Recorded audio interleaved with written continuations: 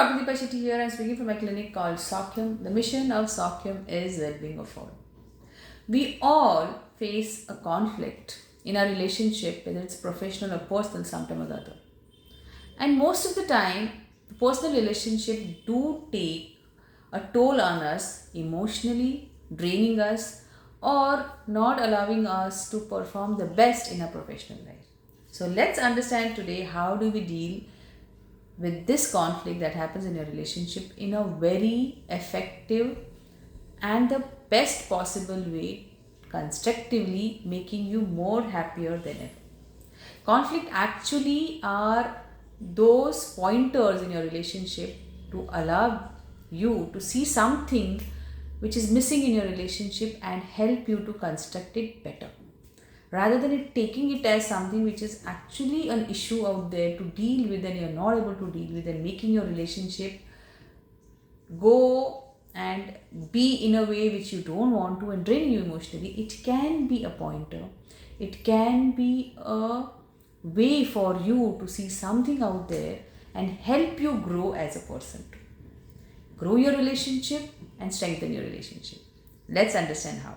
So most of the time when there is a personal conflict, I mean you have a conflict with your family members, whether it is your sibling, whether it is your parents, whether it is your kids, whether it is your spouse, whether it is your partners, whoever they are, when most of the time there's a conflict arising in these relationship, the 5 way of dealing with these conflicts are: first is fight, where you end up fighting, there's an argument, there's disagreement, and you're not able to make each other see each other's point of view, and hence one wins and other loses.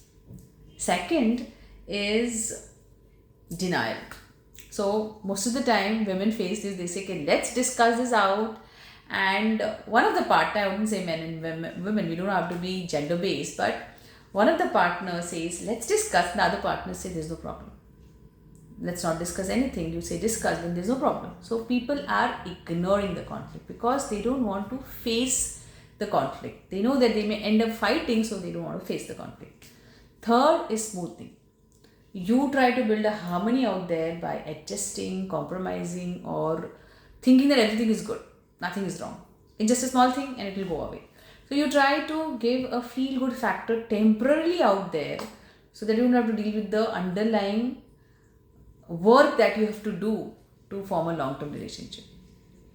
Fourth is compromise, adjustments, where both of you or one of you give up on something to make the relationship conflict-free.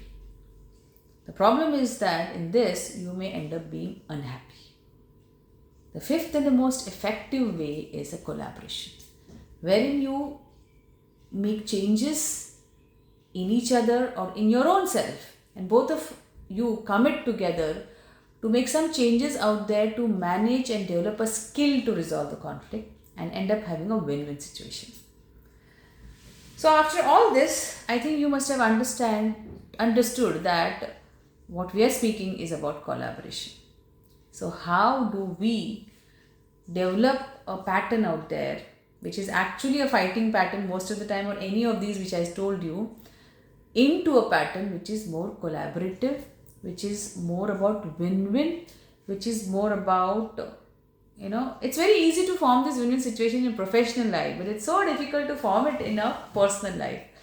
Why so? Because most of the time we stand in a space which is like right and wrong. I was right, and why should I be the one who should say sorry? That's what is the thing in a personal life, and there's too much of investments of emotions out there. So it's not that when the conflict is arising, we're neutral out there. We are having emotional upsurge, and that's why it's very difficult to see anything clearly. Hence, win-win situation in a personal relationship conflict is a little tricky, but it's not impossible. Let's understand how do we do it. First and foremost is, which I personally do, is whenever I'm angry, because usually when the conflict arises, you're upset, you're angry, those are the emotions which do surface up. So I personally don't talk during that time.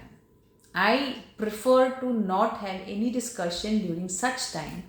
Or if the other person is also angry, I prefer to not answer or discuss anything during that time and prefer to walk away and remain away in the lone space till my emotions are settled. Second important thing is, don't discuss anything when you're irritated, tired, or hungry, because you're grumpy that time. Even though those times are the times when your emotions are not settled. So don't discuss during that time. When you can discuss, you can always discuss when the fight period or the conflict period is over, when there is no conflict. During that time, develop a strategy which will be effective. I mean, when you know this is the trigger to my partner or this person, you don't work around that. You don't create such circumstances which can trigger this person. So what do I do that can contribute to not have a conflict? That's what you have to concentrate on. And what can my partner do that can make me be at more peace with myself, rather than getting into a conflict in a very emotional upsurge. So during non-conflict area, really try to see and understand what each one of us want, what both of you want, what can be done that can make both of you feel heard and listened. So another important thing in a to form a collaboration is listening. Listen to the emotion and not to the word. Try to understand beyond those words to those emotions which needs your attention.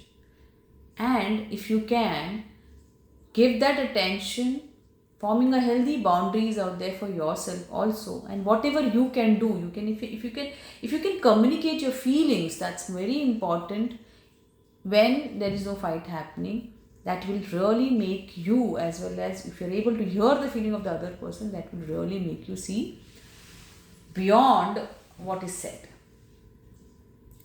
Also, if you have to say sorry, you should say it, even if you're not wrong. Because it's not about the event, it's about how did you make the other person feel. What went with that feeling out there of the other person that actually you didn't want to intend to do, but it happened. So it's okay to say sorry. It's okay because it's your own person and you don't want to hurt the person.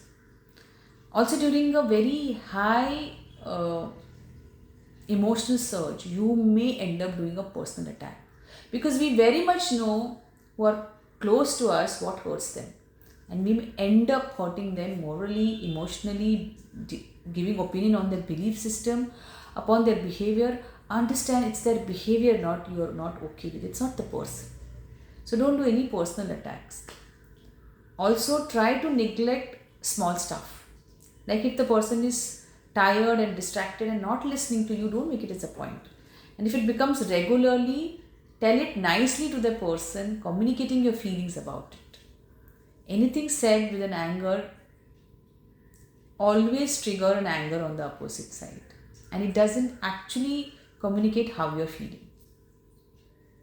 And the most important thing of all is, don't make assumptions. Even if the things your partner is saying repeatedly, or the person you are in relationship with, you, even if it's a sibling or your parents, if they're saying repeatedly also, this comes more towards a partner, because happens that we assume about our partners a lot.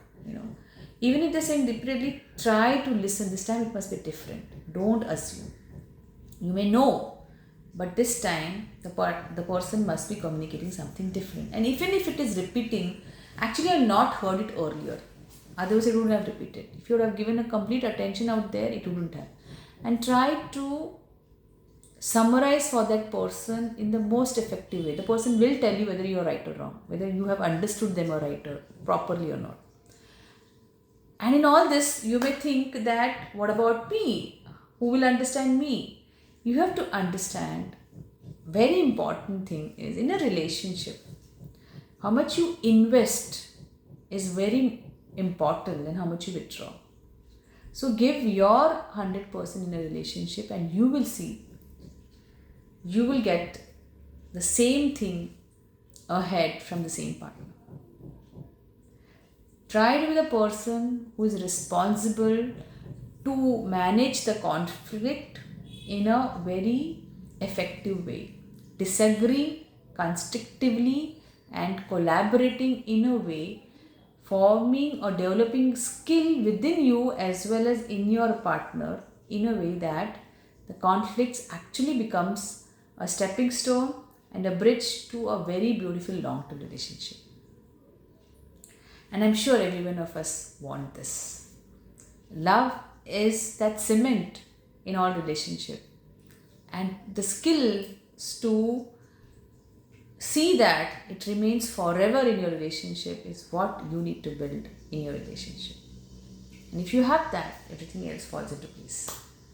Hope this video has added some value to your life, and today when you are having some conflict out there, you know how to manage it. Thank you. See you soon. Do like and comment in the comment section. It gives me an immense pleasure to add some value to your life, and I hope you would do the same. Thank you. See you soon.